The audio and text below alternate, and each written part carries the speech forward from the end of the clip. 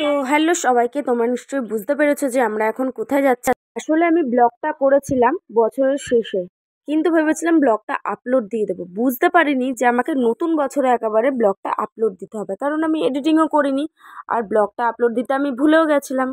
তো তার জন্য সবাইকে মেরি ক্রিসমাস আর নতুন বছরের হ্যাপি নিউ ইয়ার একসাথে জানাই। আর তোমাদের নতুন বছর কেমন কাটলো বা তোমাদেরও 25 ডিসেম্বর কেমন কাটলো কমেন্ট করে অবশ্যই জানাবে।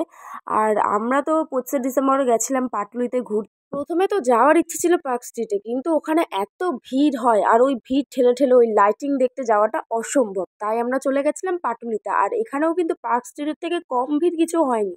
ডেকোরেশনটা যেমন খুব সুন্দর হয়েছিল আর এখানে লোকজনের ভিড়ও অনেক সুন্দর ছিল। আর এখানটাতে তো দেব এসেছিল, কিন্তু ব্যাপারটা হচ্ছে আমরাই দেখতে পাইনি, এত ভিড় ছিল না সেই জন্য। যদিও আমি কখনো দেবকে সামনাসামনি দেখিনি। আর যেদিন আমরা পাটুলিতে গেছিলাম, মানে সেদিনকার আমরা জানতামও না যে ওখানে দেব এসছে। তারপরের দিন ফেসবুক একটা শর্টস ভিডিওতে দেখলাম যে না, পাটুলিতে দেব এসছিল, তারপরে জানতে পারলাম। দিনগুলো খুব তাড়াতাড়ি কেটে গেল। 2023-এর নতুন বছর শুরু হয়ে গেল 2024। জানি না এবছরের দিনগুলো কেমন কাটবে, তবুও আশা করি হয়তো নিশ্চয়ই খুব ভালো কাটবে আমার আর সবারও। আর তোমরা কে কে পাটুলিতে এসেছিলে 25 ডিসেম্বর অবশ্যই আমাকে কমেন্ট করে জানাবে। আর এই দেখো, মন্দিরটা তো দেখতেই পাচ্ছ, অনেক সুন্দর লাইটিং।